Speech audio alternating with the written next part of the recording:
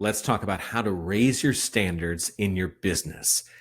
There's been a lot of uncertainty over the past few years, a lot of challenges for businesses. You can't control all those external factors. You can control your company culture.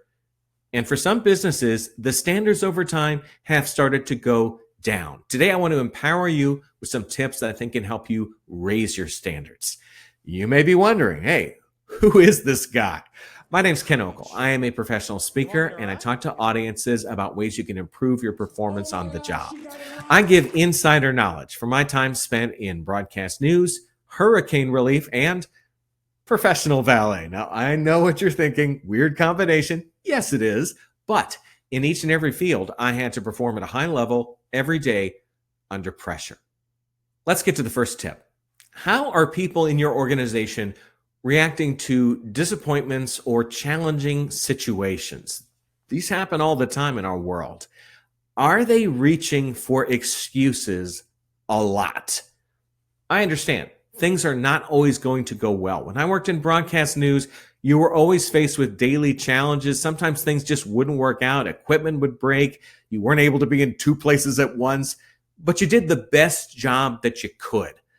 You didn't make excuses. Your job was to figure things out the best you could and then move on. Are people, when something goes wrong, just making an excuse and then that's it? Think of it like this. Let's say you're planning to have a big sale outdoors. And then on the day of the sale, it rains. You don't sell a lot. People say, well, it rained.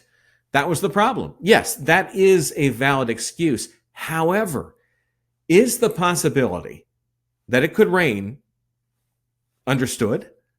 Could people have prepared for that rain if they saw the forecast wasn't looking so good?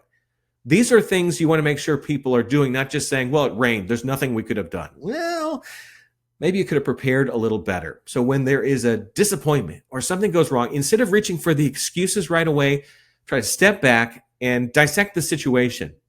Decide, did we react in the best way? Could we do better? That discussion is much more powerful than just saying an excuse. Here's our second tip for how to raise standards in your business. It's all about taking the initiative, trying to make something better. Has there ever been a problem in your office? Maybe it's something that squeaks that people have accepted over time. I've seen situations where employees will sit on a chair where the hydraulics are kind of failing, and throughout the whole day, the chair just kind of goes down. And the employee has just gotten used to raising the chair over time. Never do they seem to think, maybe I should get a new chair. Maybe I should mention this to someone. Or if there's a squeaky door, maybe we should fix that. They've just accepted the fact that something isn't that good. It's good to have them take the initiative to say, how can we make this situation better? Obviously, squeaky things, bad chairs, that's one part of initiative. The other part is, am I taking charge of my position? Am I looking into new ways to do things? Or am I one of those people who says, oh, that's the way we've always done it. It will never be done better. You want people to be saying, what if? And not just be satisfied with the status quo, especially if the status quo is not that good. Here's our third tip for how to raise the standards in your business.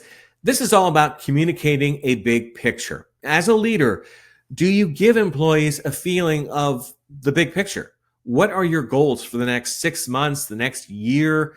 I understand there's been a lot of uncertainty. You may have been focused mostly on survival. Give people an understanding of where you are right now and where you'd like to be in those 6 months, that year. Make them feel they are part of something. If there's no communicated vision, is there any surprise that employees may look around and say, well, I'm not that invested in this job. Maybe I'll go get another one.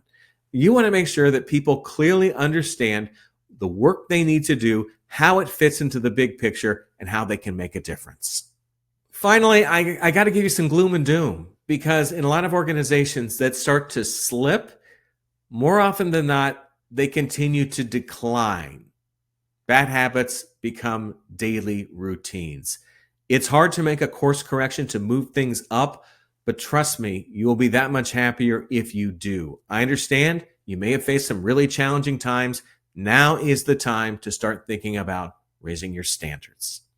For more about me, my name is Ken Okel. I'm a professional speaker. You can find out more about me at my website, kenokel.com. While there, you can read some of my articles, you can watch some clips of my speaking presentations, and you can listen to my podcast, The 2-Minute Takeaway. Thanks so much for watching today. Hope these tips help. I'm Ken Okel. Take care.